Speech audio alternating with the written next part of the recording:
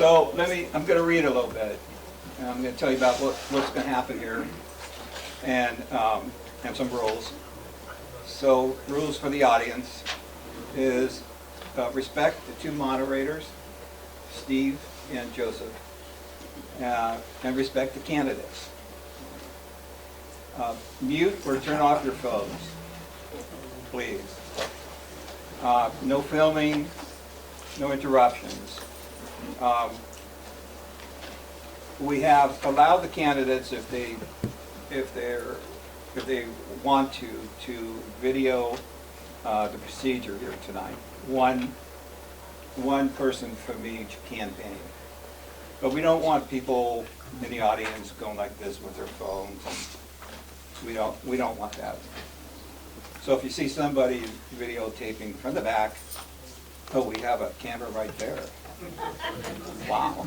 Okay. That's what's going on. No signs, no interruptions, no texting. And this is a private event. Rules for the candidates: respect the moderators, ask questions if you're unsure what they're asking, silence your phone, stay on topic, and this is a conversational forum, not a debate. And we want to know what you think about the questions being asked. And we have no interest in personal attacks towards each other's candidate. We're not going to go there tonight. So let me explain to you, I'm going to have to read this, what's going to happen here briefly. So the first 20 minutes, we're going to have Dan Sloan stay here, and Laura, you're going to go across the way there with our member Jim and stay in the cafeteria with Jim. And these two are going to ask Dan questions, as many as we could get through. We have a list of questions that our SCRA folks have made up, so they're questions from this organization. After about 20 minutes, we're going to switch. Dan will go in there, Laura will come in here. We're going to ask her 20 minutes worth of questions. Some of those questions will be different than we asked Dan, and some will be the same. After that, we're going to take a little break, and we hope not to lose you. And what's going to happen during that break is these cards that you were given out, and if you want one, change your mind and want one, we have more. We want you to write down your question for the candidates. And when we come back after about a 10-minute break, after we sort these, we're going to have two of our members, DG, raise your hand, and Casey, raise your hand, are going to be on the aisle facing this way asking your questions. We're not going to give you the mic, sorry, but we will ask your questions. And on this card, you could say this question is for Mr. Sloan, or Ms. Hobbs, or both candidates. And we'll ask the question as you put them down. You can put your name on them if you want, or you can just remain anonymous. Doesn't matter. We want your participation. And this is a little different, I think, than normal forums that have been done around here. And I think the second half is really a keynote coming from especially District 2 people. If we don't ask your questions, you know, oftentimes I go to these things and I'm listening and I say, well, why didn't they ask that? And this is your chance. Okay?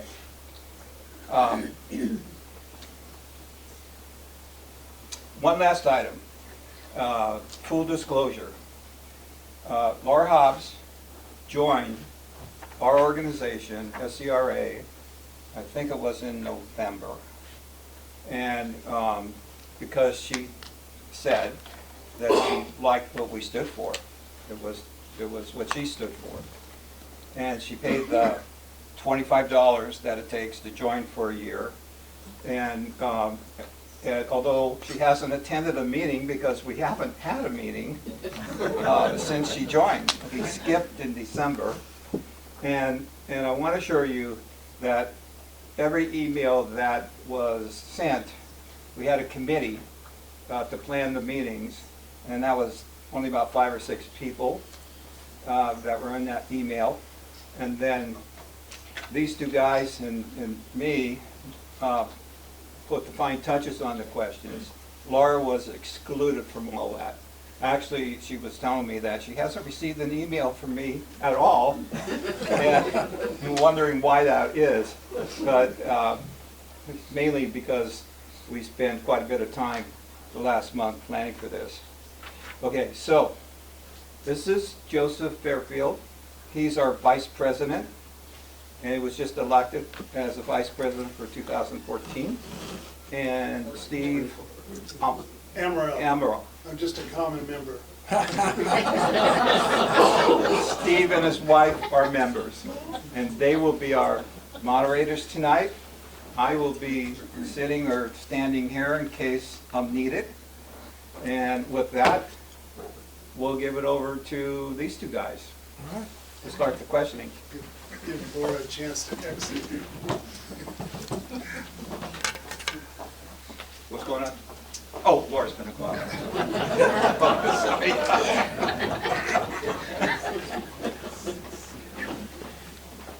Dan, you're on. I'm on. Okay, I'm up. You can stand, whatever you want to do. Test. I can In stand. fact, you've got the microphone there. What if You got the mic? let's see, if you want to do a real brief introduction of yourself before. Can you hear me? Okay, very good. A very brief explanation or introduction to myself. I was born in Reading in 1962, a year before Kennedy's death. My father passed, moved to the Bay Area, came back in high school, and with the Enterprise High School, graduated there in '81, and then went on to Shasta College Enterprise and graduated from, to Simpson University, another Christian university down the street, and began teaching there. Operated businesses during university. I was one of those guys that went to college, dropped out, started a business, and did lots of stuff in business for about 20, 25 years in the logistics, supply chain, and marketing, and all kinds of stuff. Went from there into education, actually at the same time, simultaneous, earning multiple degrees. I have 3.5 master's degrees. I'm working on another now, and a doctoral degree. Just kind of let you know where I'm at. Economics is my doctoral degree in financial economics in the Chinese currency. Worked for the American government for a while. And so I've gone abroad, spent some time abroad for about 10 years, came back. I'm an expert in various areas of linguistics, economics, and in some government issues. I'm a part-time professor at Pepperdine University at the law school there. I've done that for about 10 years. I've been a fellow at Georgetown University and still a specialist with the U.S. Department of State. And I'm the MBA director at Simpson University. I created that program. It's been going on for a year now. And I'm the director of an MAOL, Master's of Organizational Leadership, and the chairman of the business department. Do a lot of different stuff. I wear a lot of hats there. Have a lot of time right now. I'm off for a month, which is really cool. So I've been putting up signs you may have seen around town. Thank you. All right.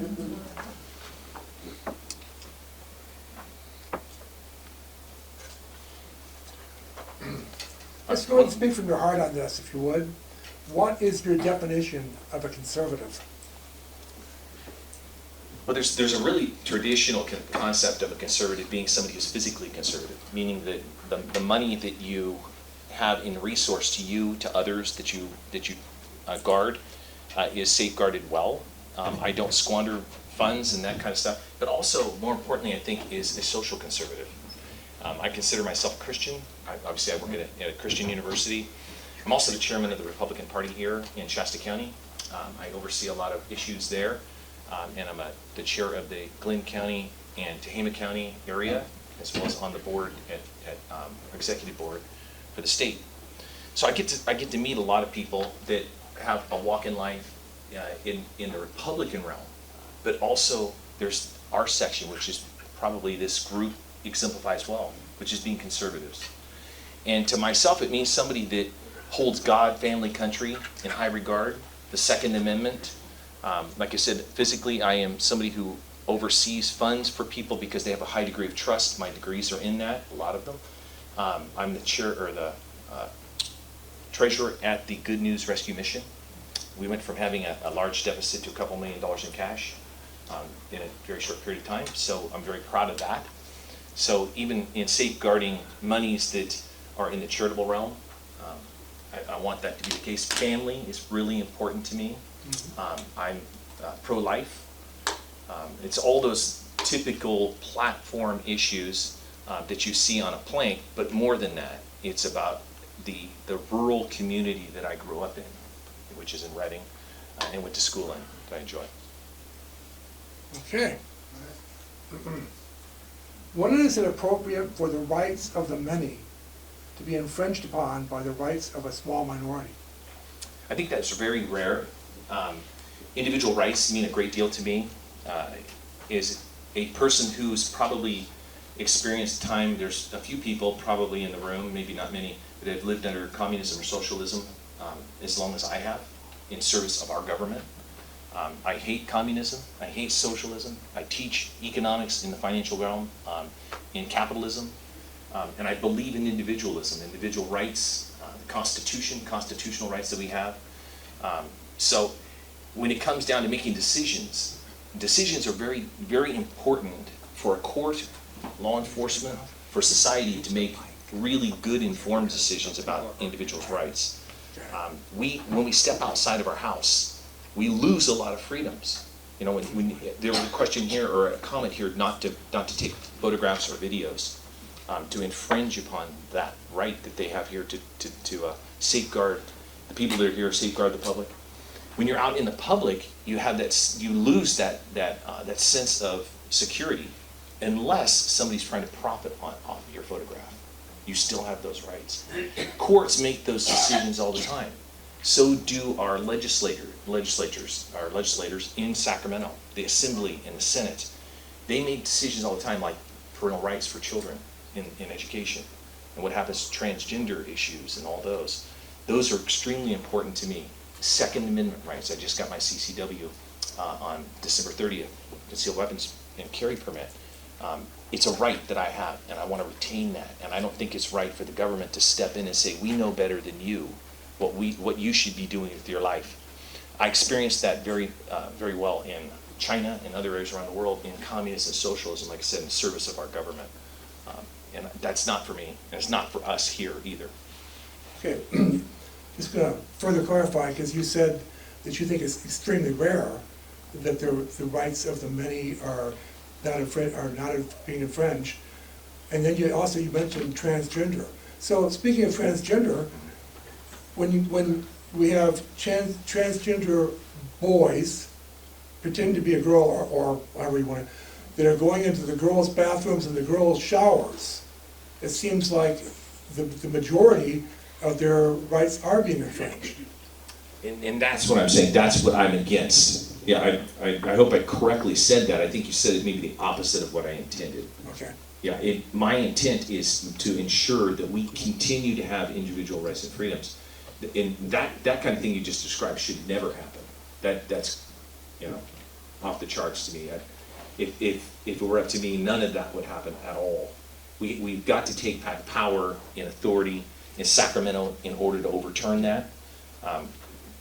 In my view, there's a lot of stuff we could go on and on about that kind of stuff, but that should never happen, ever. Steve, do you have any other questions on this? No, maybe no litter boxes? No. Okay. What is your understanding of a county supervisor's duties in defending the constitutional rights of local governments, especially when faced with constitutional state mandates? Examples, please. Constitutional state mandates, we have things that are happening in our county right now that are happening all the time, to where we have a mandate to take care of homelessness, for example.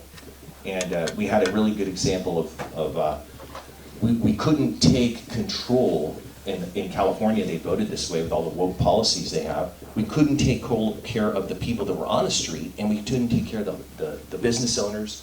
We couldn't take care of the citizens who were shopping. Mandates were put upon us that we couldn't take people off the street and put them into places where they can get the care they need. We couldn't arrest them and hold them like we need to. And the monies were not freed up in the ways that I think they should have been. And I see Patrick's here, and you know, he was a big proponent of putting the at-home program to work, to where the monies are more directed now, instead of being given to us without direct mandates that cornered us into not being able to do anything. Now we're able to do something.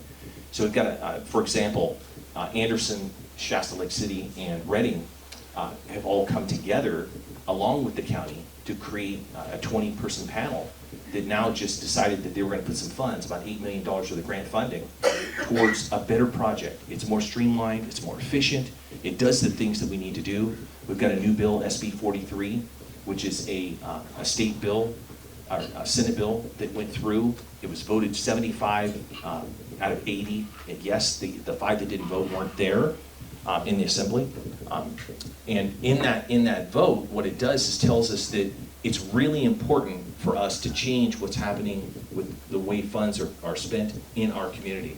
So what we're doing is we're taking people off the street, putting them in care courts and in conservatorships, and putting them into safeguarding their selves as well as safeguarding the public. Anything to add to that?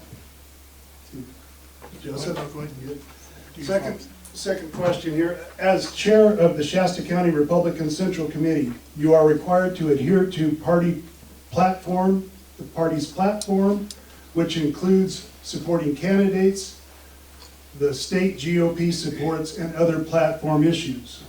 As a Board of Supervisor, are you willing to fight the feds, the state of California, or even go against the GOP's position in defending local and county constitutional control? Yes, I'm willing. Yeah, we have actually done that just recently. Garrett back here is in your committee. He's also on the Central Committee. We went down and they were trying to change the platform of the California Republican Party. So we went down there in September, the 29th, 30th, and 1st September, October. And what they were going to do is take out marriages between a man and a woman, okay, out of our platform. And then the other was abortion. Yeah. It was life begins at conception. Yeah. So those two things they wanted to pull out. And we went down there, we went in advance, took signs with us, said, no, that's not going to happen. And they put homosexuals on, out of the called log cabin Republicans, they put them on the committee. They were going to vote those things off our platform, and we raised up, and we had resolutions. We stopped them from doing it. So we fight back really hard and let them know who's really in charge of those committees. And it's the committee members. It's you who are voting. I'm on the ballot twice, this coming up on March 5th. I'm on there once for this position I'm talking to you about right now, and I'm on there again as the committee member of District 2 for the Central Committee. So vote for me twice. How can you remain chairman of the You can vote GOP and go against those candidates? I think maybe there's a misconception there that you can't. We do. We argue a lot. We go against a lot of the policies that they put in place. Candidates that you endorse, you can go against? Candidates we endorse. Well, I think that's what the question said, that the platform, yeah. Read it for Required me to again, if you wouldn't mind. As chair of the Shasta County Republican Central Committee, you are required to adhere to the party's platform, which includes supporting candidates, which would be endorsing the state or GOP supports, and other platform issues. No, we don't really have to stick to those parameters. What we do have is in our bylaws, in the bylaws of the state, there are some bylaws they're very long and tedious, but in some areas we just redid them. Garrett was a big part of that, and some of the people in this room. in going through them, there are areas to where if we do an endorsement, we don't want like we just did here. We don't want the rancor. You know, we want the 11th commandment of Reagan, right? Say no harm against the other person. That kind of stuff, yeah, we do have that. But in terms of having your own opinion, your own views, it would be very hard for me to attract people to join the Republican Party in Shasta County if I said you can only think the way I do. That wouldn't work, and I think you guys know that, so. Okay, we'd like to clear up a couple of questions here. You say you are an adjunct lecturer at the Pepperdine Strauss Institute for Dispute Resolution, but we cannot see you on the list. Would you clarify when the last time you taught at Pepperdine was? I because of COVID and 9/11, I taught there online rather than in person. The programs got changed a little because a lot of the students that come there they're all of them law students for that. They come there and they're what's called a gateway program. So I'll go down there and teach during the summer. When I was spending time working with our government in China and Laos, I would come over for the summer and spend maybe 6 to 8 weeks there and then return, and then travel to other places around the world. So I think it was 2021, 2022, I can't recall exactly the academic year. Okay. Hey, I'm going to take a break. Could you use the other one and give me Sure. that one? And Is that the one that's doing it? Yeah. Use this one. And can we turn that mic off that he was using? And folks, there's seats up here and 2 over here. If you like to sit. Come on. Third part of this question. You represent yourself as committed to fostering economic growth and international relations. What specifically do you intend to do for the county internationally, and with what countries? Very little. Hello. So, yeah, as a county supervisor, do we have any jurisdiction over that kind of stuff? I am in that realm. I still work, as I said, as part-time with the U.S. Department of State. Recently, back when the war started with Ukraine, I was called upon to do a 4-month program for the U.S. Department of State through the U.S. Embassy in Moscow. And so for between February and May, I did 8 different presentations. Supposed to be 1,500 law students throughout the country of Russia, St. Petersburg and all over. It went quickly to 8,000, so I had 8,000 students online, almost every law school in Russia. 8 different presentations, 2 hours long. Did that from my home in Reading. Okay, so even though I'm a long distance away, normally I would travel there. The last one I did just before that was in 12 different embassy locations throughout the Middle East. The topic on that was entrepreneurialism, because there were fiefdoms there, kingdoms. People don't know how our system of government works, so I'm really good at helping them understand that and what it means to have personal property rights and how to have capitalism to where individuals can go out and start a business and run their companies and that kind of stuff. I think our committee pulled that from the recommendation or at the GOP, on the GOP website or your website. There's some confusion. There's something about international. Yeah, some people have called in like to radio shows. They said, you have 500 companies that you're doing business with. Well, people who are in business know what the Fortune 500 is. I do business with Fortune 500 companies. And then about all of the Chinese stuff, and I'm a spy and all, I don't know what to say. You know, I'm the furthest thing from a spy, that's for sure. So I'm very highly regarded internationally. I've traveled extensively, been to many, many different countries, and have served with some incredible people that work for our government, and some that are not so incredible the other way. So thank you for the question. Wasn't mine. Okay. The people will decide on the March 5th ballot whether or not Shasta County will change from being a general county to a charter county. What are the differences, the pluses and minuses of a general county and a charter county? And then I've got a second question after that. Right now, we are a general county, and we have to adhere by the rules. And again, my understanding of this is I'm getting to learn more about it as we're doing it. And getting into it, I'm finding out that becoming a charter county, like Tehama County, entitles us to maybe more control over certain things. There are restrictions that come along with it, but we also have more control over certain things. And some of the things that we might be able to do is decide on how we vote maybe a little differently.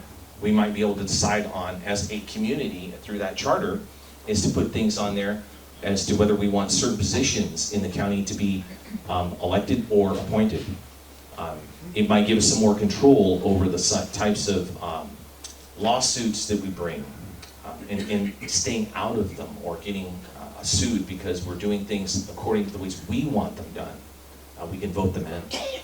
In general, right where we are now, a good example of that was what was happened with AB 969, and our ability to make decisions on voting and voting booths in elections.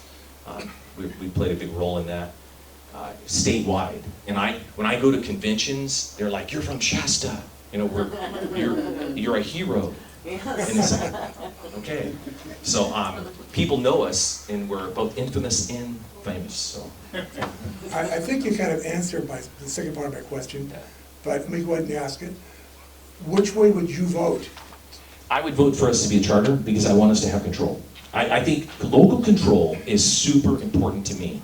I'm from Reading. I was born here, Shasta County. Kenyon Drive. Anybody know where Kenyon Drive is? Okay, that's my great grandma and grandpa Kenyon. Came in 1939. And yeah, so I moved down to the Bay Area when I was a child because my father passed away in an auto accident on Highway 44 out here. I was 1 year old, didn't really know him. And my mother remarried and they came back here. So that's why I'm here. Love it here. Traveled all over the world, and I could go literally anywhere in the world with the academic degrees and experience I have, but I choose to stay here. All right. Well, 4B, you kind of already asked that, or I think you've kind of answered that too. Do you know how the amendments would happen to the charter? It's my understanding that when we amended it, we would need to have votes to it to make the charter, to create it. The ability to amend it would have to come through the county supervisors, from my understanding. Maybe wrong, but I've got to look more into it.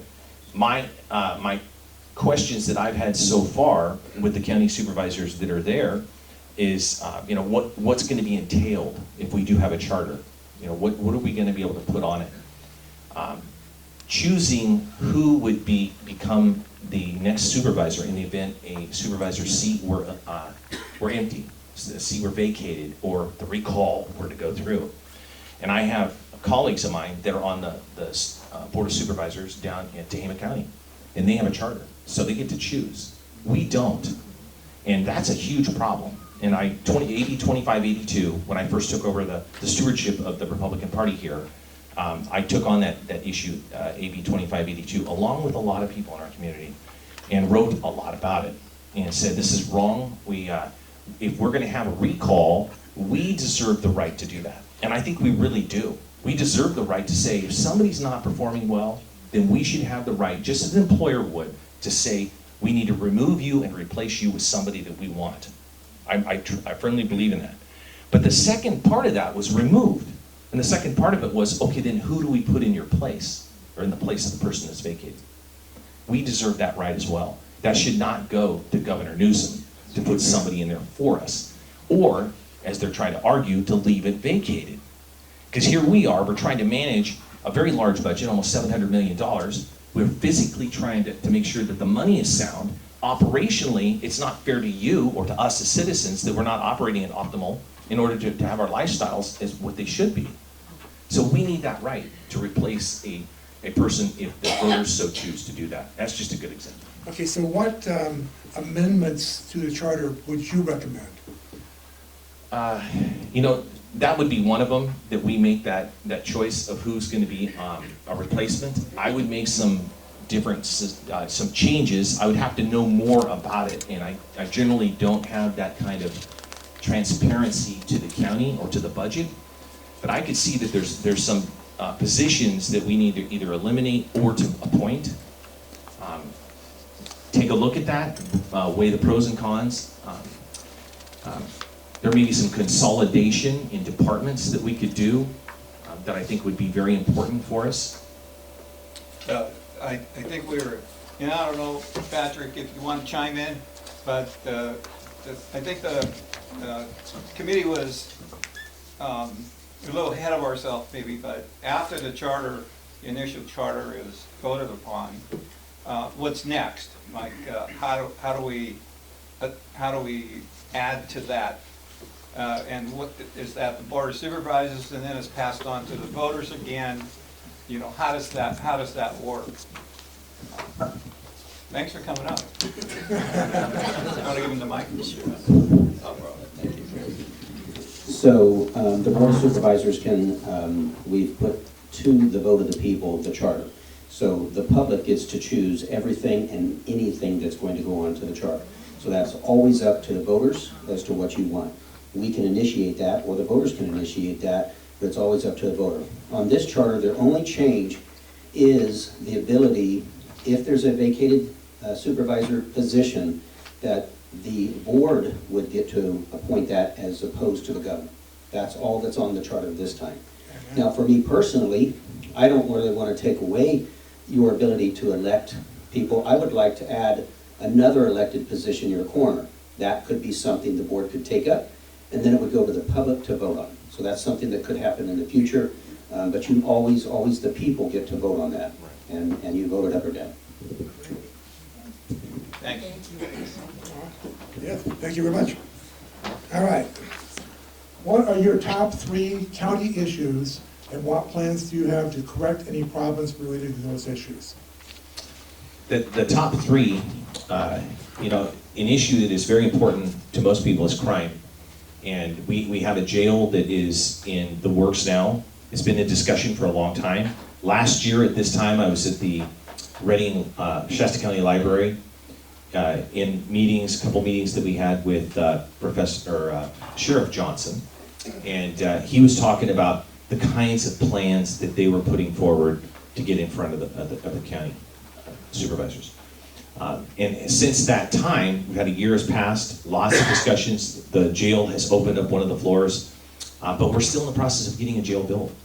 And it's my understanding that we've come a long ways since then, and we have lots of progress being made, things that are in the works, and hopefully we'll have another jail built in the location downtown. Looks like that's where things are going. That may change. Again, we're in flux because we're in a political period, and we're trying to ensure that everything's put in place and done properly. Again, Patrick could talk to that, but I think that's one big issue, because the other issues I'm looking at are we have a lot of problems with homelessness, okay? And how do we get those people off the street, out of the tents, and defecating on your sidewalks and stealing stuff out of your stores? And how do we do that? We don't have a jail, but then we need to make sure that we get those people into the care that they need in a compassionate way. And I already spoke a little bit about SB 43 and what that is doing in order to change the law. And that's a really thorny issue, and I have people ask me about that all the time. They say, is it right to be able to take somebody's rights away from them? That I already started off with, that's really important to me that we don't. But there are times, I'm the treasurer and a board member at the mission. Okay, I argued in front of the city recently to get that at-home thing passed. So I was instrumental in trying to get that done.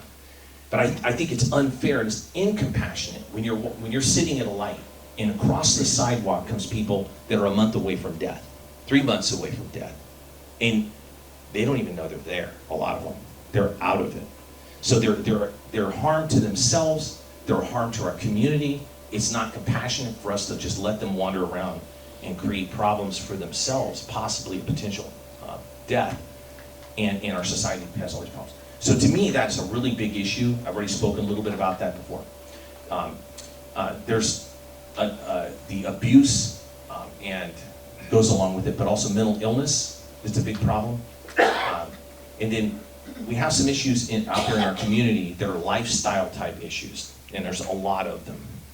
I was just recently out at Igo Ono. They had the Zog fire mine out there. fire, Zog fire, and that fire created problems for them with sediment. It was actually a problem they already had, but the sediment has created problems with water. They have a problem with the road, getting in and out for future emergency escapes. They have all kinds of issues within their community that need a lot of care.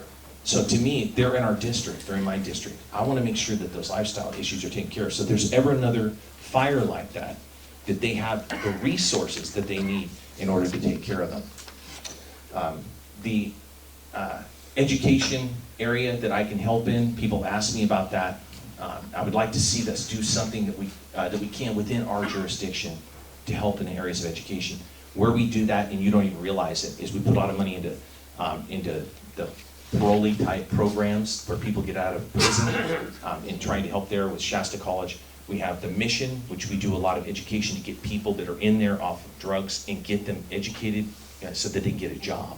You know, they need to fill out a resume and that kind of stuff. And with the Whiskey Town environmental town or camp there, doing some stuff there. Thank you. Yeah. Do you believe there was election fraud of any kind in Shasta County in 2020 and 2022? And Yes. how about currently? Yes. You feel it's going on currently? Yes. In what area do you feel that most of the fraud is coming from? You know, there's always going to be fraud, and one of the things that I did. Let me give you some examples, if Sure, I go could, ahead. please, just speed along. Vote by mail with no chain of custody, drop boxes that are being stuffed that aren't watched, unmonitored drop boxes, where's my list here? Harvesting, dirty voter rolls, machines, electronic machines with, what do you think is the worst? Where do you think it's coming from? Well, any of that would qualify as a problem. If it's, like you said, there's no chain of custody and all that kind of stuff. All of that is a huge problem.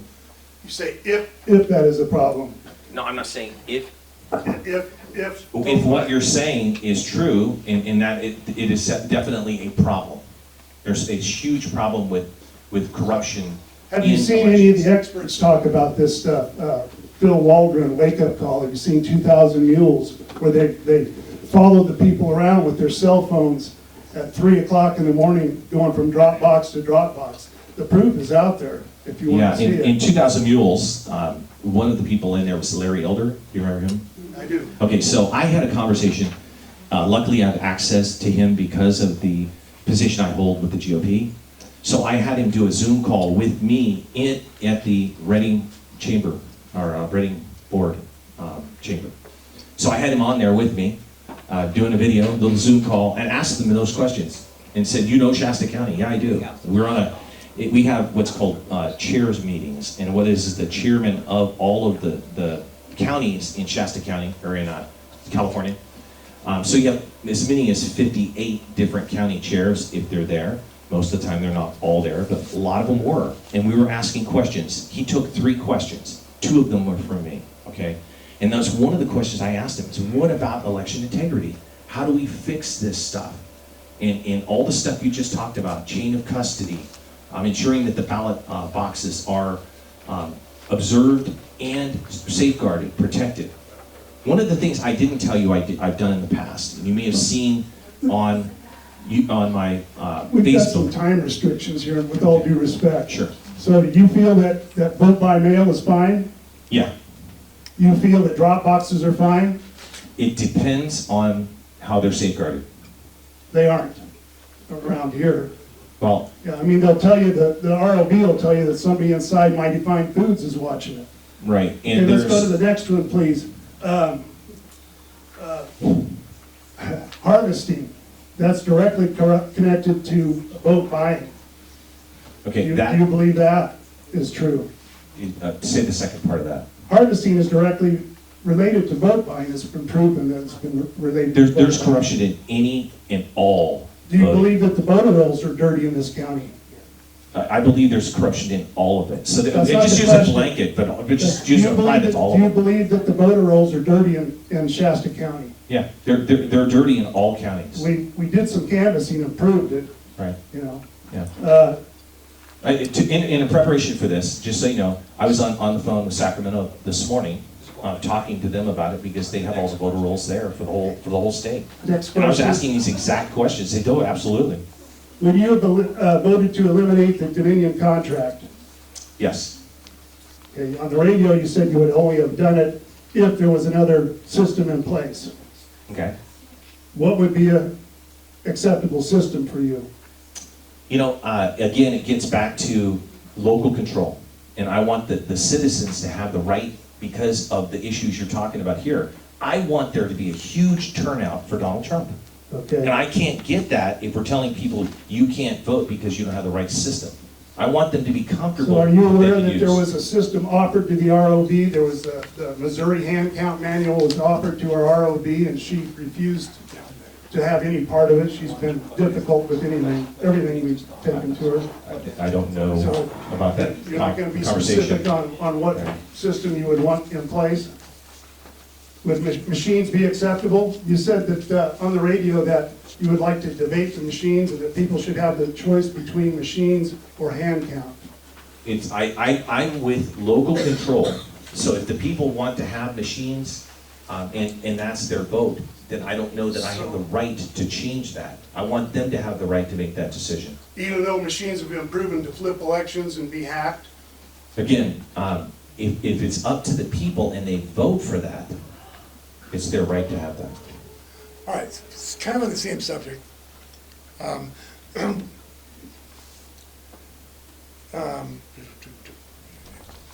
What do you think the board supervisor's role is in overseeing the ROV, Register of Voters Office?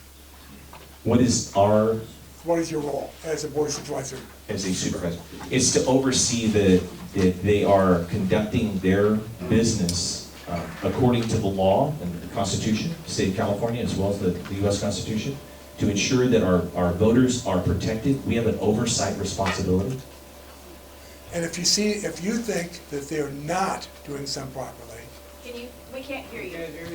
I'm holding mine really close. okay, yeah, sorry about that. If you think that they're not doing that properly, you know, as a monitor for the elections, we have to be in another room, and the law says we have to be able to see the ballot and ask questions, and they're not allowing that.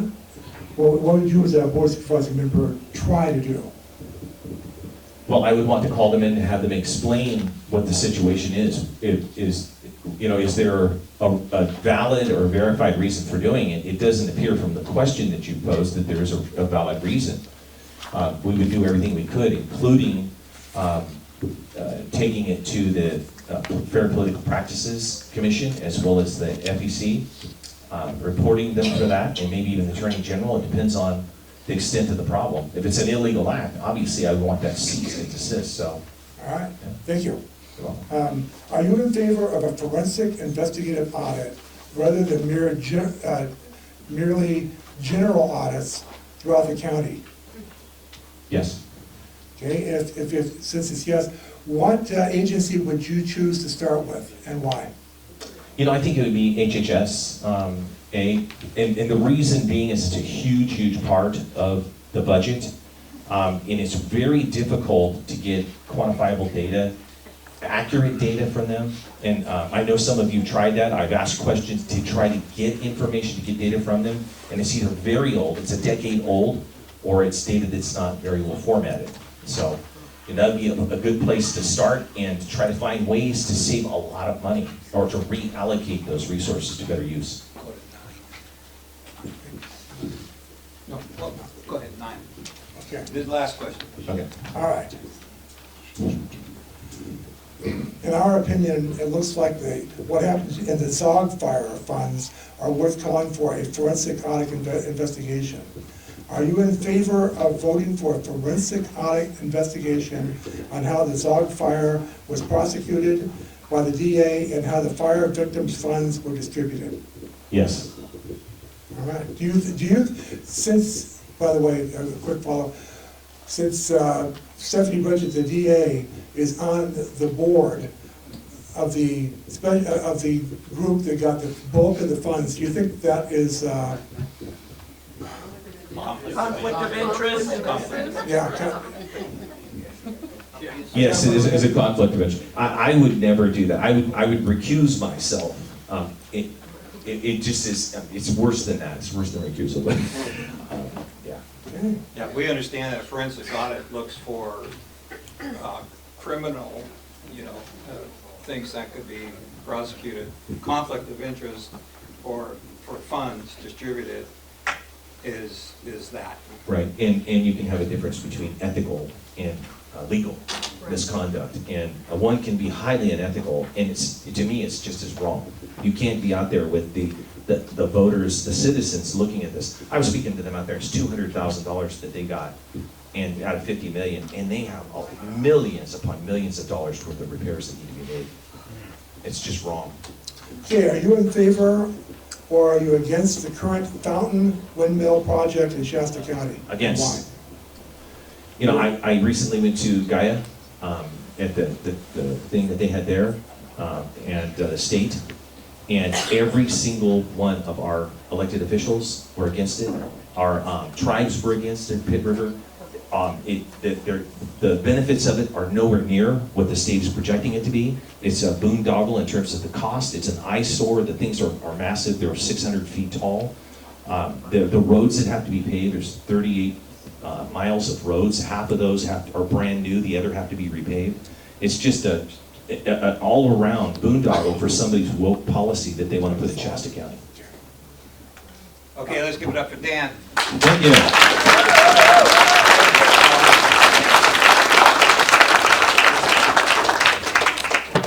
We're going to went a bit long there. Okay, Dan's going to go out and Laura will come in. Go ahead, we're going to start. Laura, these two gentlemen are going to be asking you questions, Joseph and Steve.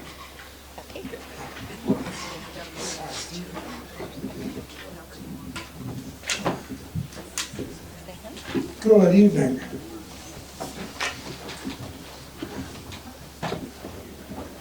If you'd like to take just a real short time to give us a brief bio of yourself.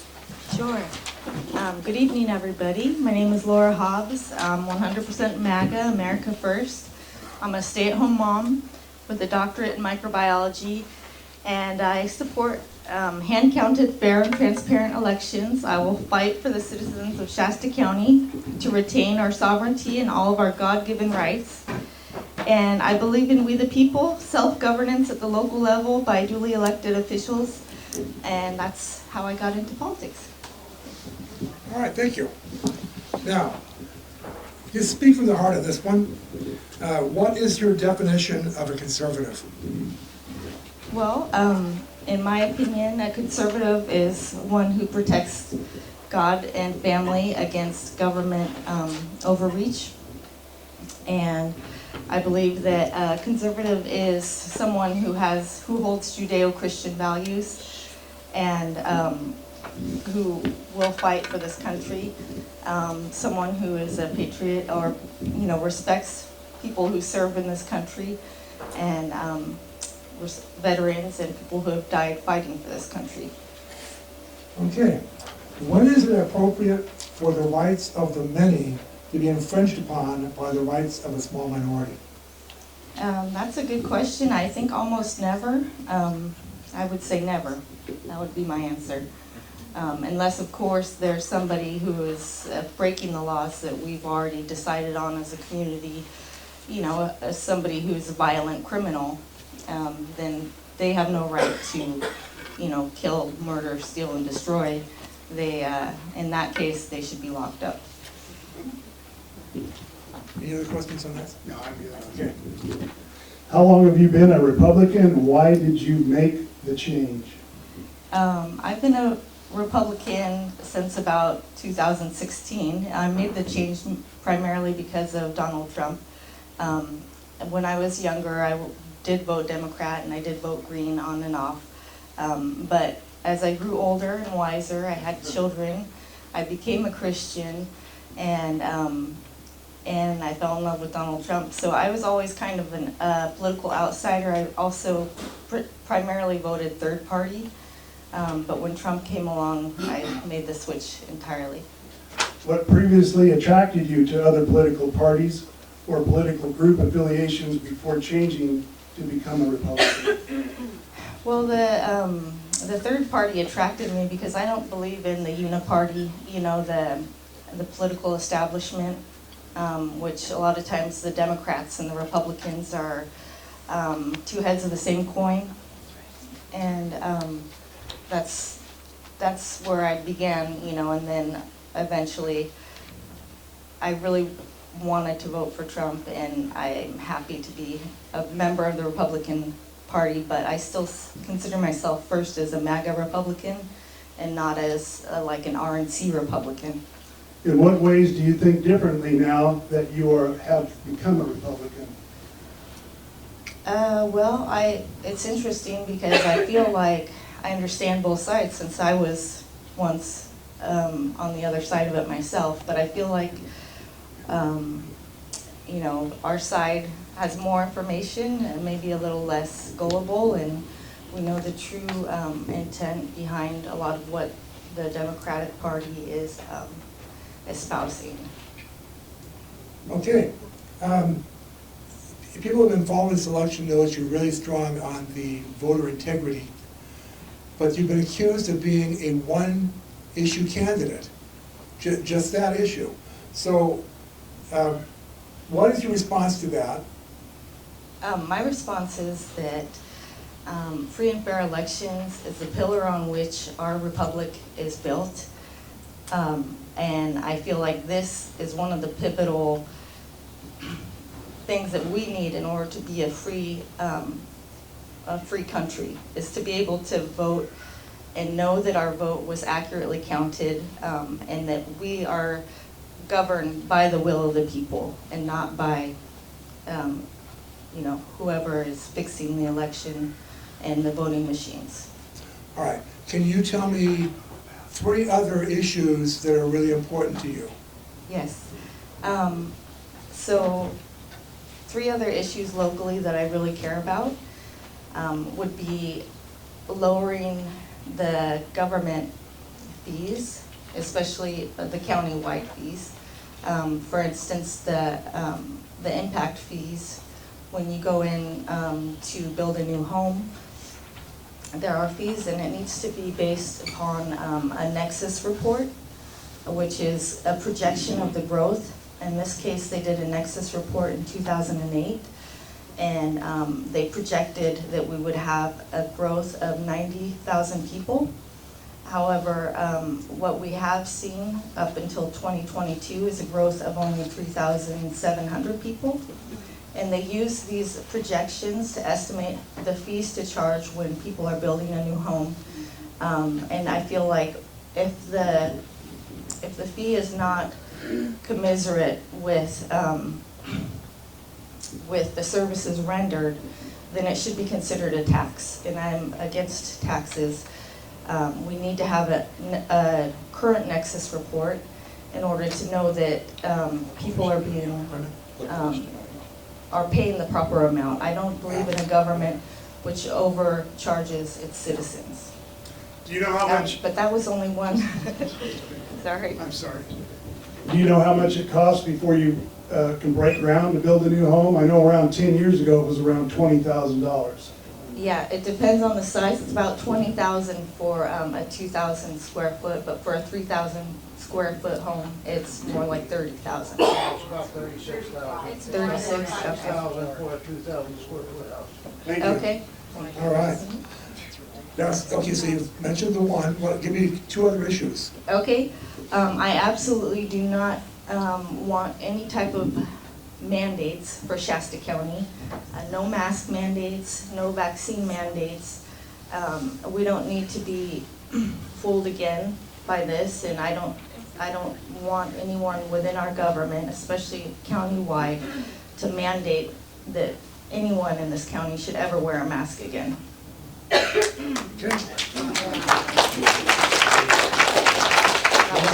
Okay, one more. refer to my list. So, I want transparent governance. You know, we need to have that, we need to have a forensic audit, a full forensic audit that looks at not just the financial aspects of what our county is spending, but also looks at the efficiency of what the county produces. So that way, you know, there's certain areas of our budget where, for instance, we spend over 50% of our budget on health and human services. And that's, I could be wrong on that, but that's what I have heard. So we need to ensure that that money is being spent properly. It's not just going to NGOs and who will use, you know, a big bulk of that for overhead and not for services rendered. So again, it comes down to services rendered being, you know, the measurement of whether or not the fee that's, or what the taxpayers is being paid is fair or not. So I don't think us as taxpayers should overpay for the services rendered. You want me to go on, or? What is your understanding of a county supervisor's duties in defending the constitutional rights of local governments, especially when faced with unconstitutional mandates? Yeah, I absolutely think that we need to defend our constitutional rights, and not just defend it, but express our constitutional rights and assert our constitutional rights. Because definitely as public officials, we swear an oath to the Constitution. But citizens themselves also have a right to assert and demand that their constitutional rights are being protected and preserved. All right, the people will decide on the March 5th ballot whether or not Shasta County will change from being a general county to a charter county. What are the differences between a general or charter county? A general county follows just the state laws, but a charter county can make their own local ordinances, and we can do that. We can write the charter, so especially for election issues, we can specify details of how we want the election to be conducted and administered. We can actually say that we want to have our local ballots separated from the federal and state ballots, and we can specify exactly the manner in which those are counted, precinct level, hand counted, 1 day, paper poll books, no more electronic poll books. And so okay, that was only part of the question. What was the other part of the question? Okay, let's see. Oh, that was just tell me your understanding of the difference between the two. Yeah, so in the charter county has the advantages that we can self-govern, we can express our sovereignty, and that way if, say, for instance, ROV does not want to follow our laws that we've specified in our charter, because she's chosen to follow the state law, she would then be breaking a county ordinance and a county law, and that would give us more ability to self-govern and to take control locally. Okay, I think you just answered the question, but which way would you vote, for general or charter? Well, for the most part, I would say for a charter, but it depends, because it could be used against us if the board majority changed.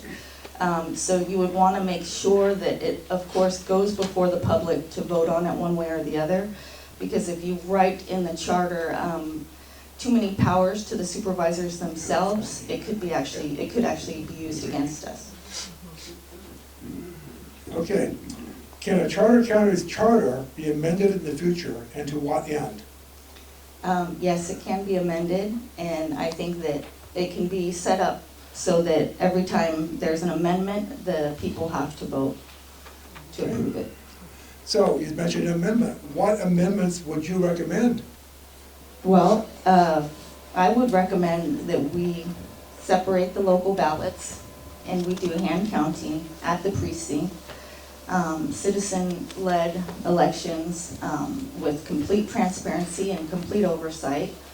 I also think that we could use this for other areas in the government where our rights are being trampled upon. So For instance, the windmills, we've already passed an ordinance saying that those are illegal for our county, but we could put stronger language in there, saying that those will not be allowed and tolerated in Shasta County.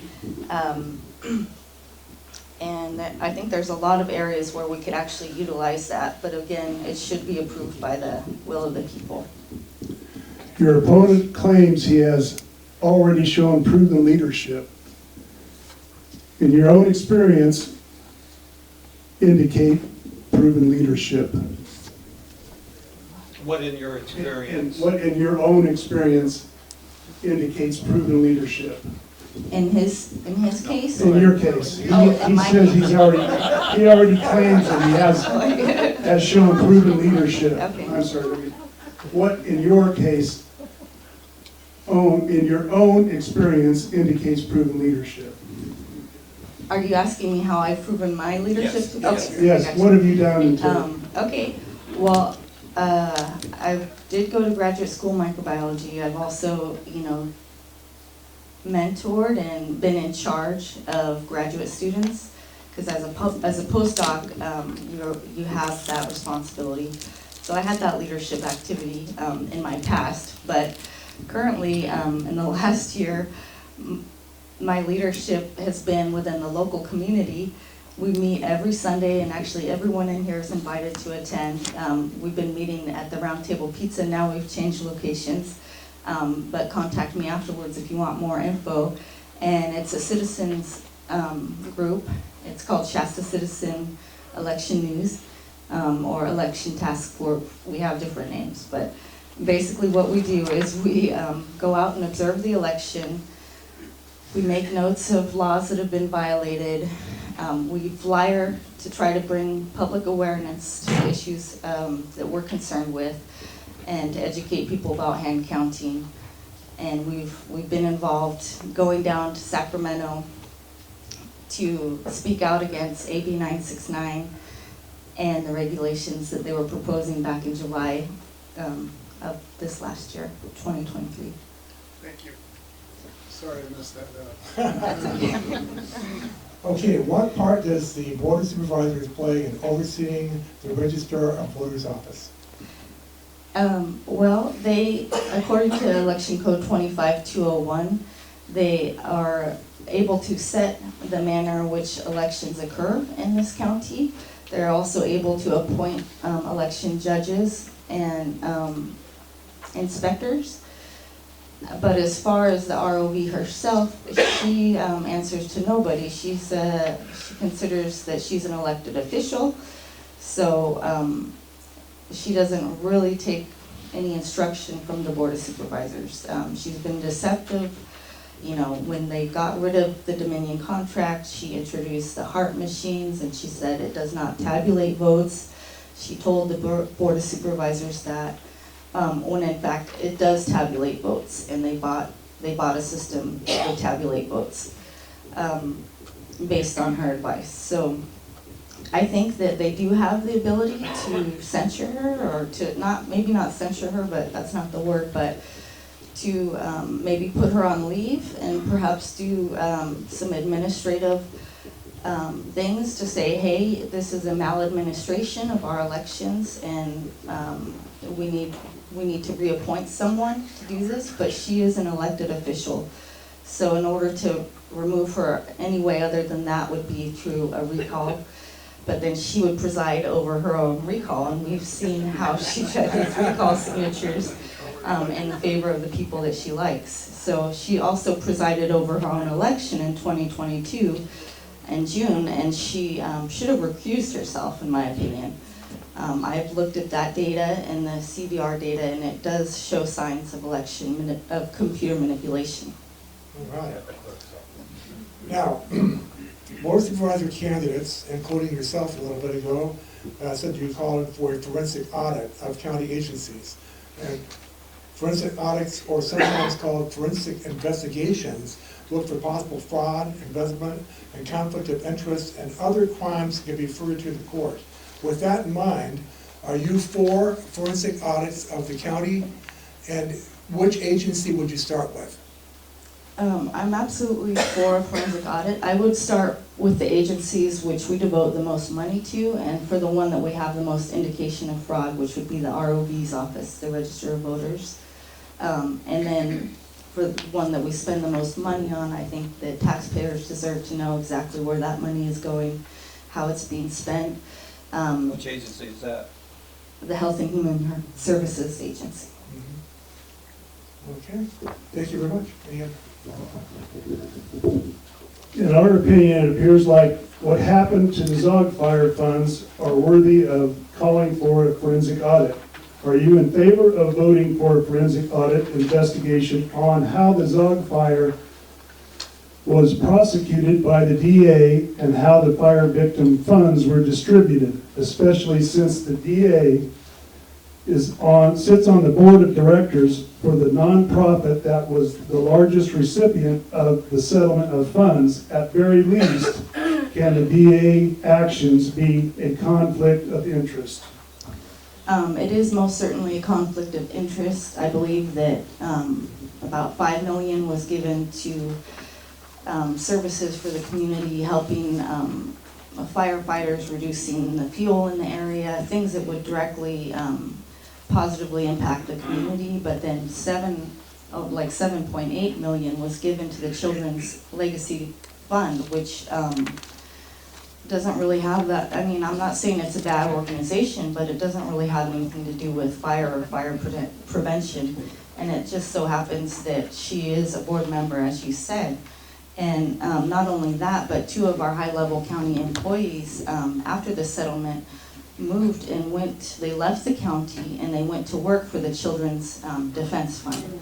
And I'm not sure, I don't know the details about that particular NGO, but what you often see with NGOs is a lot of the money goes to overhead and sometimes not very much money to the people on the lower end, the services rendered. Okay, are you in favor of the current fountain windmill project in Shasta County? Absolutely not. I agree with the county's assessment that we do not want that here in Shasta County. It's a fire hazard. I've seen videos of those things exploding, and they're full of fuel inside because they have to lubricate the turbines and keep them moving. So once that ignites, they're very, very hard to put out, to extinguish, and you cannot do aerial firefighting above them because they create their own wind patterns. And it's not safe for helicopters to fly over them.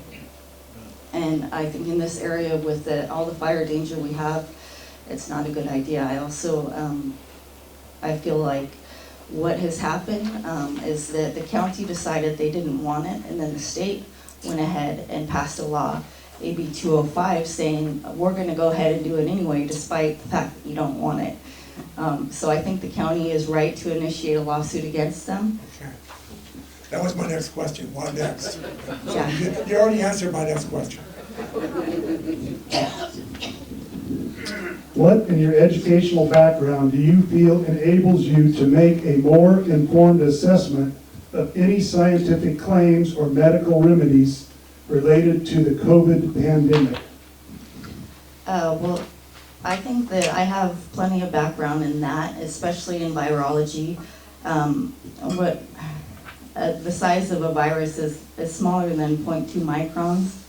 So the masks and whatnot that they're having us wear, the pore size of those would not prevent a virus from coming through. Even the N95 masks, the pore size on those was like 1,000, even, I would say even 1,000,000 times larger than the size of a virus.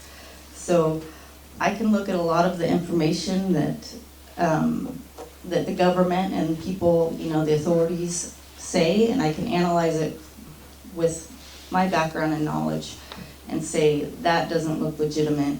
That's not based on, scientific data. The Board of Supervisors fired the county health director following the COVID outbreak. Did you have problems about how the COVID episode was handled in Shasta County?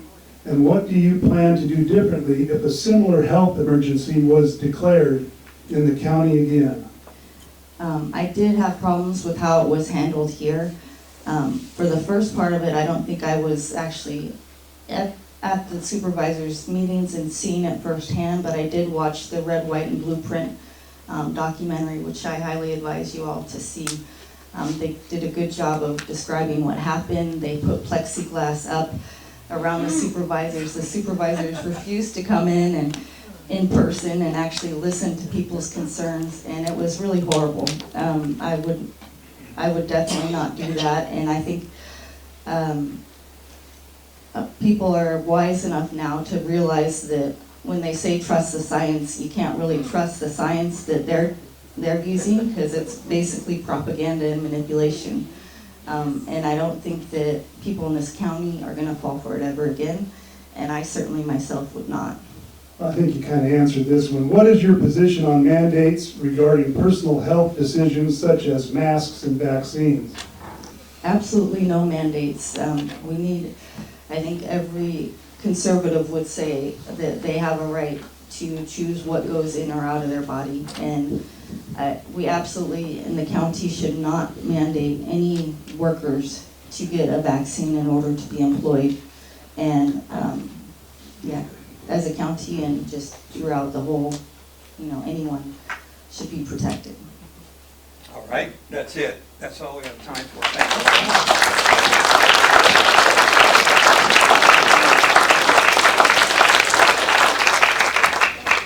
you. We have 14 questions for each candidate. And we got down to 9 with Dan and 11 of them with Laura. Are we ready to ask questions? How many do we have about? They're still working on. So we tried to bring some that we've already kind of were able to go through. Well, should we get going with you? Yeah. Yeah, okay. Go ahead, you're gonna stand with, well, you could come up here, I guess. So if you could hear the question. Okay, this question is for both of you, since you had to start out last time. We'll let Laura start this one. Laura, are you for or against the state of Jefferson, and why?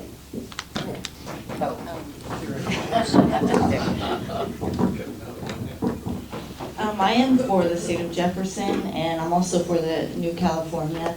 I think we need to look at alternatives and have at the ready solutions for if and when we can make a move. The state of California right now is about $68 billion short in their budget. So right now we're not in a very stable position. I think it's always good to have alternatives of ways that we can self-govern, and those are just 2 examples. Thank you. Yes. Same question. And why? Yes. Okay, good. So I'm reiterating what I said earlier. We need to have control, and a lot of the problems we have in California have lasted for many, many years. And the state of Jefferson began in 1935, so it's not new, the concept, the idea. And separate state, I believe there's 21 or 23 counties that are, Quinn would know wherever he's at. 23 counties, I believe, that are part of the resolution. They each have the resolution passed to be part of the state of Jefferson. But I think the problem is the mechanics of all of it. It has never happened because it's really tough to do, to put that together to where you have all these rural counties pulling away from the woke policies that are in LA and in San Francisco. But we need the autonomy. We have specific needs that are critical to us. So that's the reason. Thank you both. You're welcome. Dan, this one is just for you. When I first heard you speak, you were not a strong Trump supporter. Said it depends, and it depends on who the GOP backs.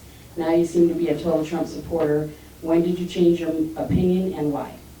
I've always voted for Trump when he's been on the ballot. I've been a Republican and a supporter of conservatives. The first letter I wrote was when I was in the 2nd grade to Barry Goldwater. Tells you how old I am. So it's a long, long time. Always been a conservative. But what I have to do in my position as a leader of the Republican Party is to field candidates. And I've met with Ron DeSantis, okay? I've got pictures of me standing beside him back in September at a conference or convention I told you about. I've spoken with Vivek, and I meet with many, many people, and it's my responsibility to vet them for our community, for our constituents. That's my role. So I take that very seriously. So what I do is I go through and find out where they stand on issues, just like we're doing here right now. And that's exactly what you should do, and put them to the test. My father just passed last year on this day, January 4th, 95 years old, World War II vet, and he was just crushed when Trump lost the election. Been part of my family for forever in terms of the conservative values we have, and Trump was my president, so. Were you ever against him? No. So I don't know where that comes from, except for the fact that maybe in my conversations with committee members at the GOP and others, I have to take that vetting role, okay? That's my responsibility, and I take it very seriously. So I personally met many of these people that you see on TV. Some of you, I have positions to where you've done the same, and it's very important for us to do that. How do you vet Lapa? He really hasn't had a lot of competition until just recently that I'm aware of. Again, my role is to review what they do, what they say, and engage that upon what other candidates are there. Because what we're trying to do, we would love to have the perfect candidate, wouldn't we? One that agreed with everything I think, right? No, right? So, yeah, we're a democracy. We're public, but we have democracy, so we vote. And it's good to know what they stand for. And he's going to be doing that too. Brenda was just here, Brenda Haynes, you saw her, and Laura. Laura's not here anymore. They work for him. They're here kind of getting an idea of what's happening out there in the community. Okay, this is for both of you. What do you think Shasta County should do to improve medical care in this community? Well, part of the problem is that according to Medi-Cal, we're considered a rural county. And that is due to our per capita. It doesn't have to do with whether we designate ourselves as suburban or rural, which is a whole other issue. So the doctors who work here don't get reimbursed very well. A lot of them do their residency and then leave. And I feel that Dr. Moo who's our new chairman for the health committee, I'm not sure what they call it. He has some good ideas for how to retain doctors in this community and give them incentives for staying longer. And I would support that as well. Thank you, Laura. Yeah, we do have an opportunity, and I know Patrick's not here anymore, but he's been kind of leading the way on getting it changed from a suburban to rural county. I think that would help adjust a few of the things we're doing, so that is a good idea.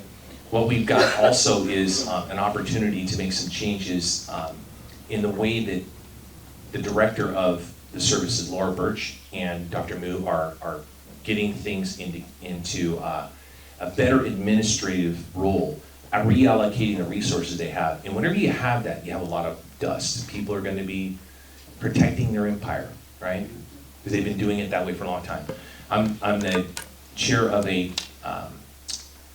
leadership reading committee. It's for an entire day that we're doing on February 1st, and it's Health and Wellness Day. I've got Dr. Moo and Laura Birch and a whole bunch of experts that are in the various departments and fields of health and wellness. And it's a way for me to get a better idea of what they do and what they're going to do in the future. Because there's a lot of controversy, as you know, with this next election coming up as to what role they'll play in the future.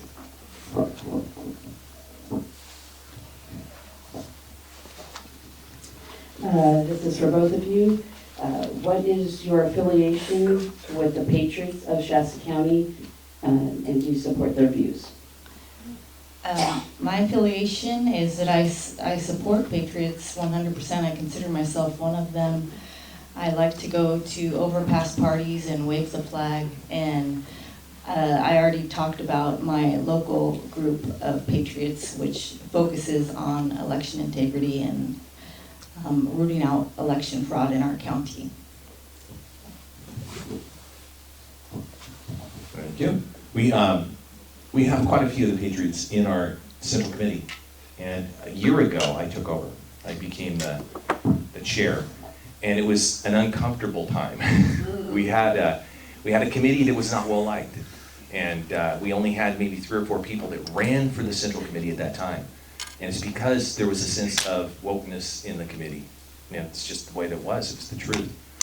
So the chair left, and when the chair left, they unanimously elected me. Since that time, we've grown, just as Dominic has said, this committee has grown here. We have grown substantially, and we've filled every single seat out of 24. This time, we have an election coming up in March, and instead of 3 or 4 people running for our central committee, we've got more people than we have seats available. So there will be almost 30 people running for that central committee. Out of that, a vast majority of those will be people I consider to be patriots. They're either in the militia or a patriot. They're conservative. We have a wide spectrum of people within the central committee, but you can see a vast difference. Almost all the alternates are full, and it's just a fantastic environment to be in where people want to be part of something because we've made it something valuable. Sorry, I may have missed it, but did you state your view of their beliefs? I have spoken down at the militia in Cottonwood, the officer, about my views on Second Amendment, individual rights and all this stuff. Yeah, I'm pro all of the things that they stand for. I'm also the Central Committee chair, so I oversee various parts of the actual party structure. Not just a militia or a community, or like this is a committee. It doesn't really have an elected a status to it, just as you do on our central committee, right? But yeah, a lot of the things that we focus on or we agree on, I do have a strong affiliation with and agree with. But Second Amendment is a really big one for me. This next question is for Dan. What is your stand on mandates, masks, vaccines, etc.? I'm not for the mandates, for the masks, so. And how about vaccines? The vaccines, no. You know, there are certain positions people have that they have to have them. Mine was one of them because I did a lot of international travel for our government. And those of you who are either in the military or in service, when you go abroad and you don't have the proper vaccinations, they won't even let you in the country. Either that or they put you in a hotel at your expense for 15 days, and it can be thousands and thousands of dollars. And they're trying to get out stuff. But anyway, no. Dan. Oh, no, okay, go ahead. Well, with you mentioned about the basically forced vaccines because of employment or positions. So as a county supervisor, would you fight to defend those people who don't want to do that? Yeah, I would. Now, to me, it's an individual right. So, yeah, I'd fight for it. I'm done. Oh, I still have more questions though. All right, this is for both of you. Where is the money coming from to change our voting to go from the machines to hand counting, in your opinion? Well, that's an interesting question because it's actually much cheaper to do hand counting than to have these very expensive contracts with Dominion or Hart Intercivic. So we would actually be saving a lot of money to go to hand counting. What Kathy Allen has done is put forth a lie, which is that it's more expensive to do hand counting than not. However, I have looked at estimates from other people, Chris Street being one of them, who did a forensic analysis of using Kathy Allen's own numbers, and he shows that it should cost no more than $1.85 a ballot, using the techniques and the process that she outlined, which is nowhere near the 1.3 million, which and that number keeps increasing every news story. So I've also looked at estimates by Linda Rance, and she has estimated it would be much, much cheaper in the range of like $500,000 max. So, yeah, that's my answer. Can you repeat it for me?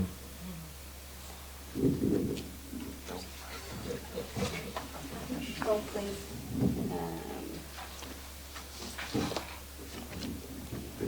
Where is the money coming from to change our voting from machines to hand counting in your opinion? Well, we're not changing it though, right? From machines to hand counting. AB 969, I'm not saying that I don't Agree with it, but, what's that? It's gotta be changed. The issue would be, how do we do that, right? How do we make that happen when they've just written a law that prevents us from doing it? And that's, I think that might be part of the question, or part of the answer. So And if we are able to become chartered and do our own choice in voting, and we chose to do hand counting, where do you think the money would come from? okay, so a good thing to look at is, are we gonna have savings by using hand counting? And there was that question about the cost, the maintenance fees, and all of the costs with the machines themselves. Are we gonna be to be able to offset that? And there's been controversy on that with our current board asking that same question. You know, are we gonna be able to do that? I've spoken to Patrick about it as well, is how are we gonna get compensated for the machines that we just bought? You know, are we gonna be able to get the state, because they mandated that we use those machines, to pay us back? It's a mandate. Shouldn't we be compensated for it? You know, if they're gonna require us to do it, they should be paying for it. And at first, they were gonna do that, you know, 969, and then they decided not to. As part of the, I wrote 4 different arguments for that in the 969 debate. So hopefully that, we'll see if we can get the money out of the state for some of that, to help pay for some of the issues we've got. This question is for both of you. Does the Board of Supervisors have control of checking that the rolls have been cleaned? And then the writer of this question stated, I had knowledge of 2 different people that no longer lived in Reading. I was told that they could not be removed unless they wrote a letter. So there is an aspect of truth to that. They do need to be called, like, you have to go through the rolls and challenge the voter rolls. If there's somebody that moved out of state but is still on the rolls, you have a right as a citizen to go there and say, I want this person removed from the rolls, and you have a right to challenge that. And the supervisors themselves, I'm talking about citizens, have that right. But the supervisors themselves should also have that ability. They can request, you know, for instance, that we clean out the rolls completely, start fresh on paper, have people come register using ID, making sure that they are a citizen, and not using the electronic poll books. And that's what I would recommend as a supervisor. But in the current situation that we're at, I think part of what my group is doing actually is getting a list of addresses that need to be removed from the rolls. Right now, we're connected through, it's called CalVote, and it's a statewide voter registration system. So even if we remove voters in our local database, the state will just pump them back in, and that's what they've been doing every single election. There's a guy out of San Joaquin Valley, and he calls this vote churning, and what happens is they remove a bunch, but then when elections come around, they add a bunch back in, and they aren't necessarily the same voters that get added back in. And that's why it's called vote churning, because they're always changing it. Laura, before you hand the mic over, I think part of the question too was, does the Board of Supervisors have control of checking that the rolls have been cleaned? Mm-hmm. And I think that we could probably add that in if we were to do a charter county and include a local ordinance saying that the supervisors themselves are in charge of administrating the voter rolls and making sure that they're clean. Here, here. Thank you. Could I just interject that what you said about what they're doing, taking them out and putting them back in, isn't that proof that there is a chance for fraudulent election such as 2020? Absolutely, and that's where they get their credit line, is through these voter rolls of people. They're either phantom voters or they're real people that didn't actually vote, and then they can go through the database and change their voter status to having had voted. So There will always be fraud and always be errors in voting. This is a good example of it. How do you get it out? And then you try to do one thing and unintended consequences come around and intentional consequences come back, right? Voter ID and hand count. Yeah. So we've got to get systems in place that the people believe in. One day voting. Yeah. So what can we do, was the question you really had. What can we do as a supervisor on board? And we've got to get a charter county, to where we have more control and decide on how we want to do things as supervisors based upon your input. That's what this is about, getting your input, right? And then putting it out to the voters to decide if we want to put that in to amend our charter, okay? And it's really important to me that you have that choice, that you guys have the decision, the ability to make those decisions. We don't want the state making those decisions because you end up with this kind of churning, this kind of problem. Thank you. This is for both of you, from Garrett Hall, SCRA member and District 2 voter. Can you please discuss your thoughts on what is appropriate, on when, sorry, bad penmanship, on when it is appropriate to recuse yourself from a vote? Oh boy. You know, there are certain standards that we have to live by, and you have the Brown Act as being one of them, and other acts that are out there that require you to recuse. But we spoke about this earlier. You know, there can be legal remedies or legal issues, but there's also ethical issues. And ethical conduct to me is very important. And it's when it's visible, even though it's legal or not, when it's visible that you have something to gain, you should recuse yourself. You know, when there's a monetary or some other benefit that you're receiving from a vote that's going to be made, you should leave the room, not be involved in the discussion, because what happens is people are afraid to say the truth. They don't want to say anything that's negative about the person while they're standing there.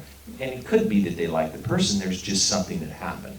And I've been in that situation to where people have refused to recuse themselves and are benefiting financially in other ways. And to a large extent, it's a lot of money. And to me, that's just wrong. So if there's something that's going to come up, and I feel that whether you know or just God knows, I'm going to recuse myself so that there's not that impropriety involved at any level. So that's where I stand. Yeah, definitely. If you have something to gain, as he said, then you should recuse yourself, and that's pretty obvious. In the case of Kathy Allen, she should have recused herself of administering our elections because she was on the ballot. So that's a perfect example. Thank you both. Thank you both. And then this one is also from Garrett. As a member of the Board of Supervisor, within your jurisdiction, what can you do to secure our Second Amendment rights in Shasta County? Go ahead. Okay, so we have some jurisdiction, but some of the things that our supervisors are doing now is to try to enforce our Second Amendment rights through a resolution. If you remember that was put out. And that resolution states that we're going to uphold our constitutional rights at the federal level. And I think that's important. We have a situation that's similar that I'd like to refer to for just 1 second, and that's what happened to the guy with the windmills. Everybody was against what they're trying to do to us. And the vast majority, not as much, there's a few people that want to take away our rights, our gun rights in this county, but the vast majority of citizens here, I just got my CCW. I don't like the fact that they're taking away my rights, that I can't use it or to carry wherever I want, okay? What kind of control do we have? Well, we have the ability to tell the state that we're not gonna adhere to rules that are unconstitutional. And that's where we're going with it, is to say we're not gonna adhere to certain kinds of laws that violate our right, like our rights to carry. So we need to gather together, just as they're doing. We have the Pitt River Tribe, we have our local tribe, we have the county, we have a lot of people and a lot of companies that are involved in fighting the windmills. We need to do the same thing with fighting back on our Second Amendment rights, because there's a lot of, nationwide, we have a lot of people, NRA or whatever organizations you belong to, that we can gather together. It's expensive to fight a lawsuit. Litigation is long and it's extremely expensive. So I don't want to burden our taxpayers, our citizens with it, but those rights are worth fighting for. Thank you. As a supervisor, we have an obligation. We've sworn an oath to the Constitution to uphold the Second Amendment, the right to keep and bear arms, and the right for well-regulated militia. We have also, as citizens, a huge obligation. So despite what the supervisors or the sheriff or the DA or anybody else is going to do, I'm a firm believer that we the people have the right to assert our constitutional rights and to not cower to those in authority who are trying to take our constitutional rights away. U.S. Code 18, Section 242 is a good example of how we can assert our rights, using that code in that section to say, hey, this is within my right provided by the Constitution, and I refuse to comply. Just real quick, the county, I think, is going to decide, or has decided, that on county property, we should have the right to carry, if you're a county employee especially. But we'll see how that all goes. There's discussions that are being had on how to fight these things and do it so that we don't burden our citizens, but protect our rights. Can I just, so I have a CCW and the Attorney General released all those CCW records. So is there a way to go after the state legally for? You know, those are legal questions that a constitutional attorney will need to talk about, but I was planting the seed. yeah, no, but those are the kinds of things we need to bring up, because obviously they're violating our Second Amendment rights, and those are extraordinarily important to most people in this county for sure, but in America in general. We can get the support we need to fight those, I think, financially and otherwise, legally. Okay, this question is for both, and it's from Carolyn Gomez. Gomes. Thank you. I was wondering about that. With both candidates being conservative Republicans, I would like to know why they feel they are the best choice to represent District 2, and what experiences do they have over others running that make them the best candidate for District 2?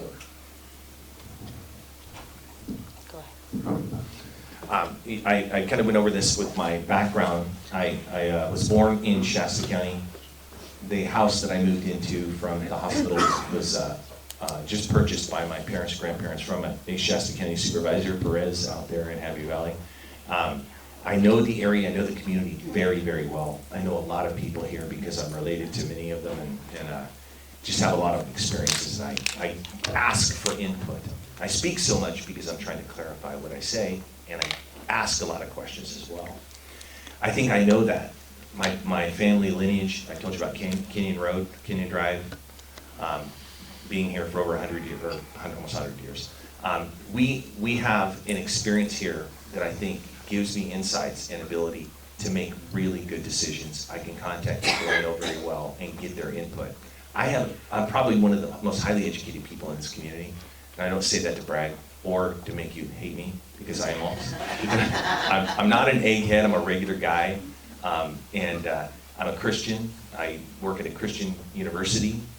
I started the Red Hawk Republicans, which are a group of Christian college students that want to gain and experience our Christian values and Republican values. So I'm able to help educate people at that level.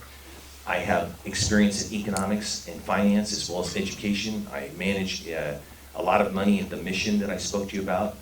I'm on SCOE committees, which is the Shasta County Office of Education for STEM programs.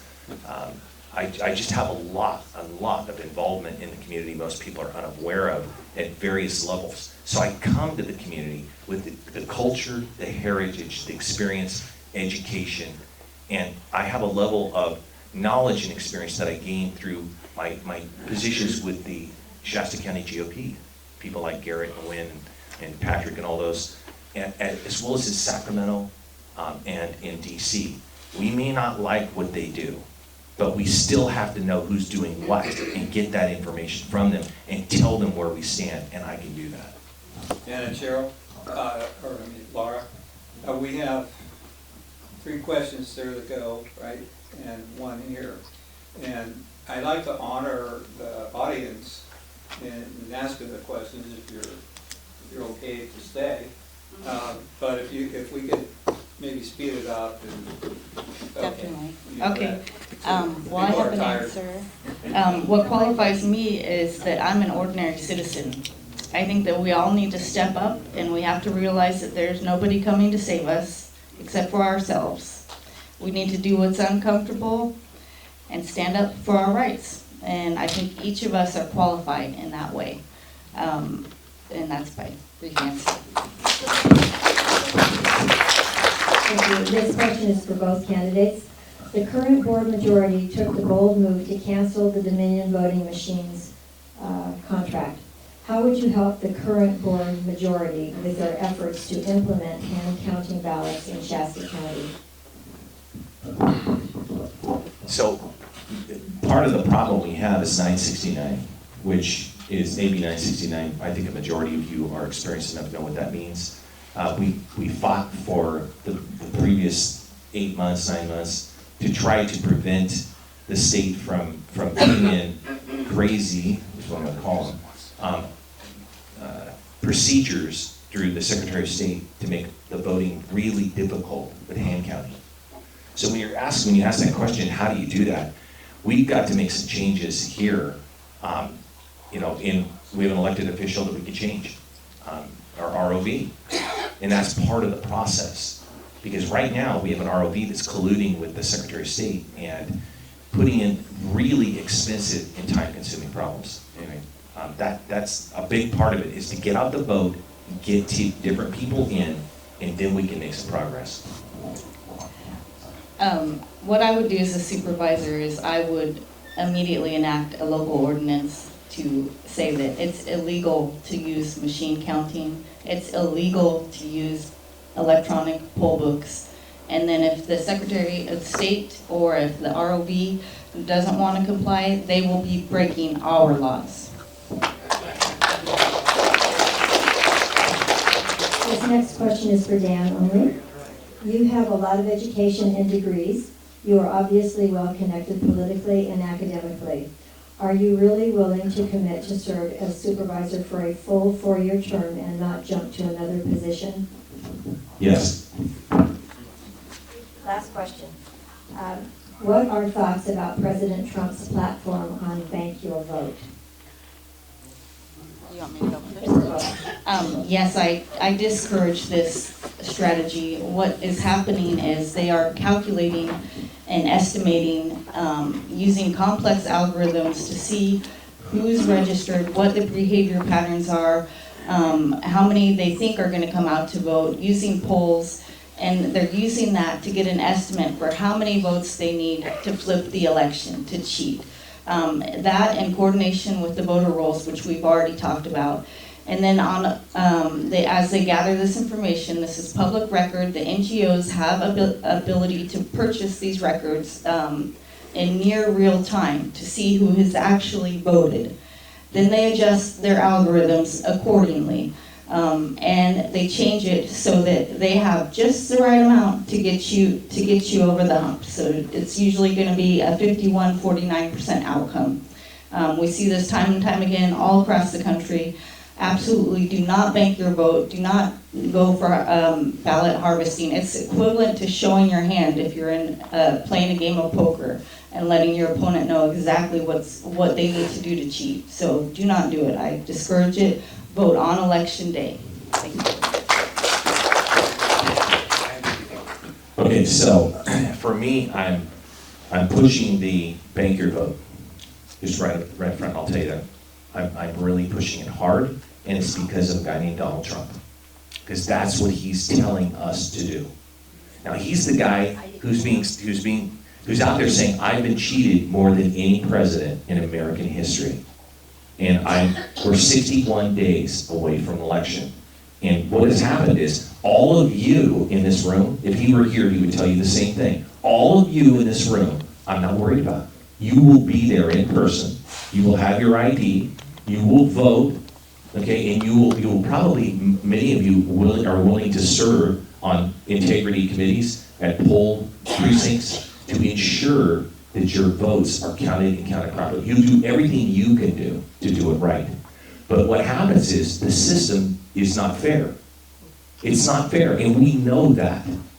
But if we make ourselves a victim by not participating fully and completely, by having people that can't get off work, that are ill, that can't get there for some reason, who's not voting because they're waiting till the last day, and then they can't go, then we lose those votes. And what he's saying is, on day one, January 20th of 2025, he'll have an attorney general who's going to start going after the people that cheat. He's going to be able to put commissions in service that will go after this problem.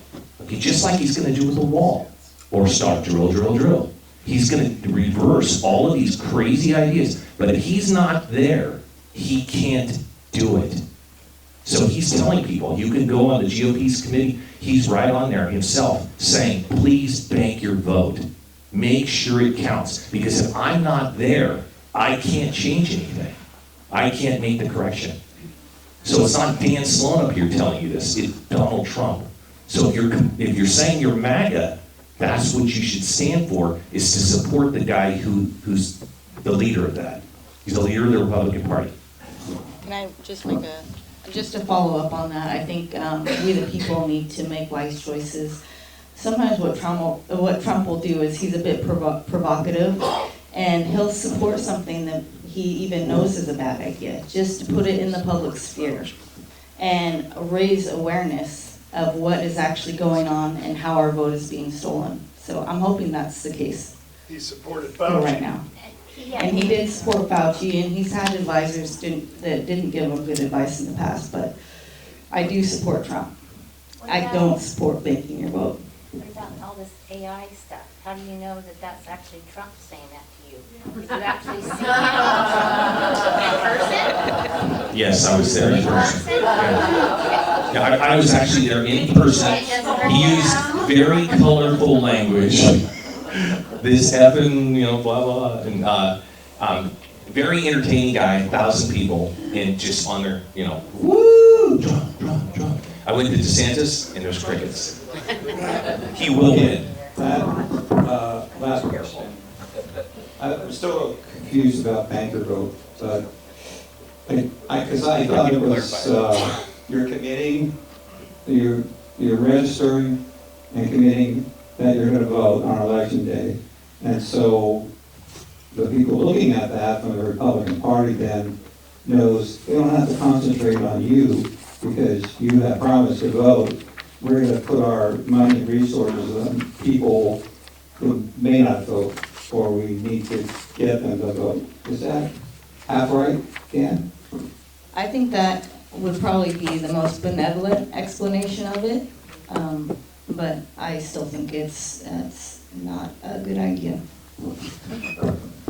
So on my website, you go there, you really get the stuff about this. These are PowerPoints that we use in order to do training on election integrity. And so I've got a lot of that. We're actually getting people for election integrity now.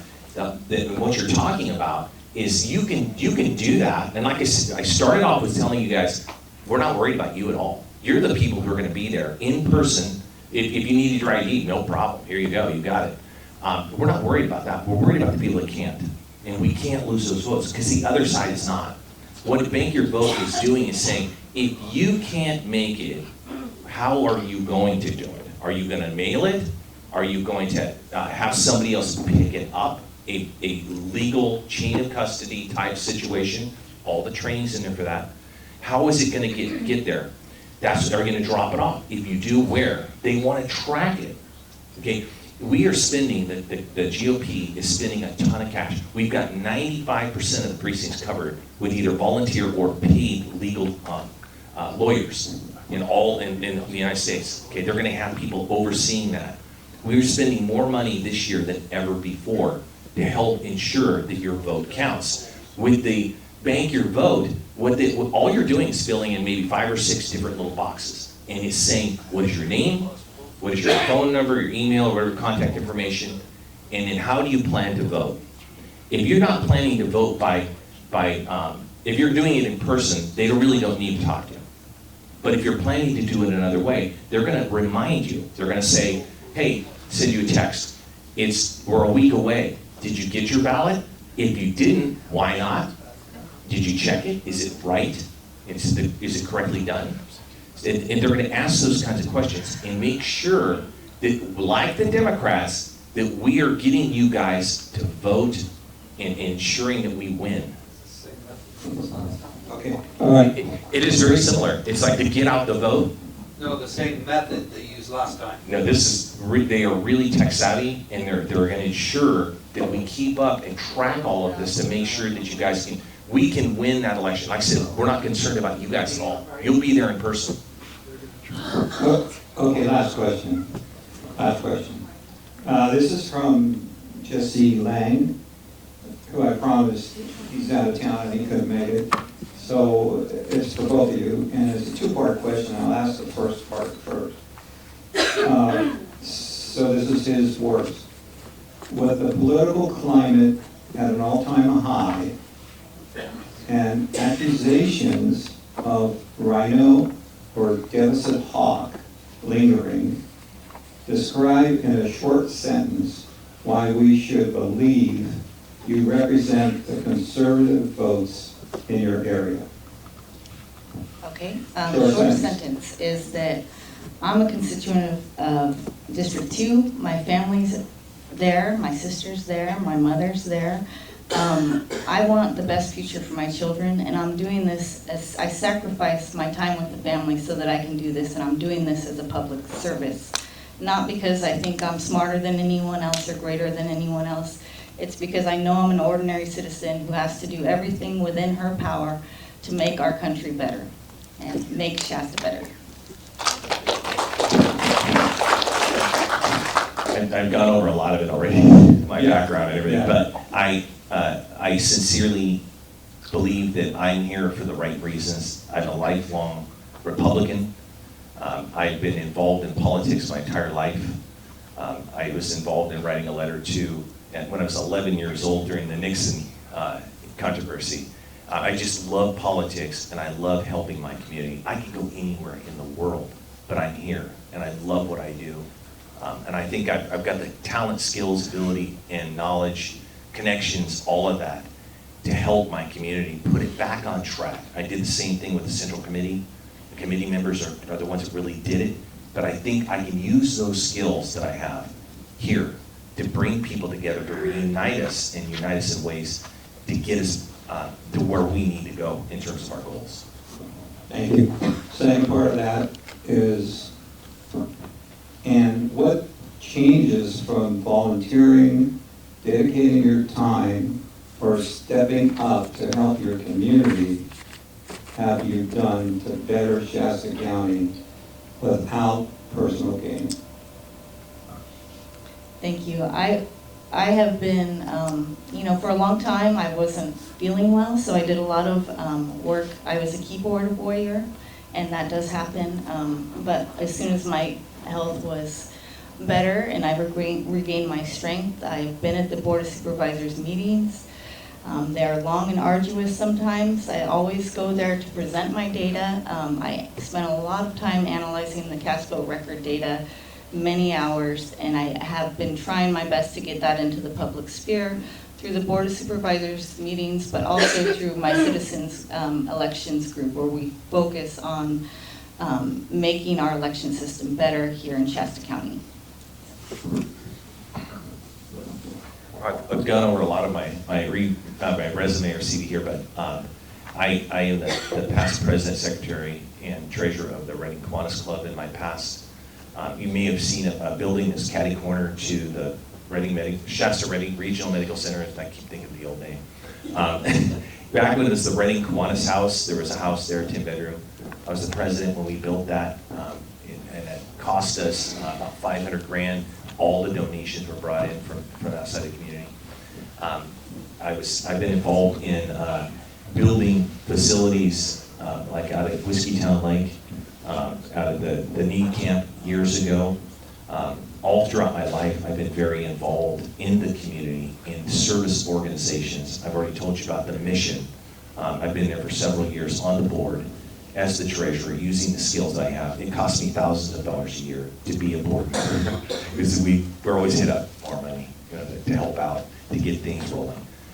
I serve as the chair of the Shasta County Republican Party, as well as the area chair for Tehama and Glenn counties, and on the committee outside. I'm very, very involved. SCOE, STEM committees to get our kids educated well. Just a whole host of organizations that I contribute financially and of my time and the expertise that I have that is very rare in this community. So I think I bring a lot. Okay, let's hear it for the candidates.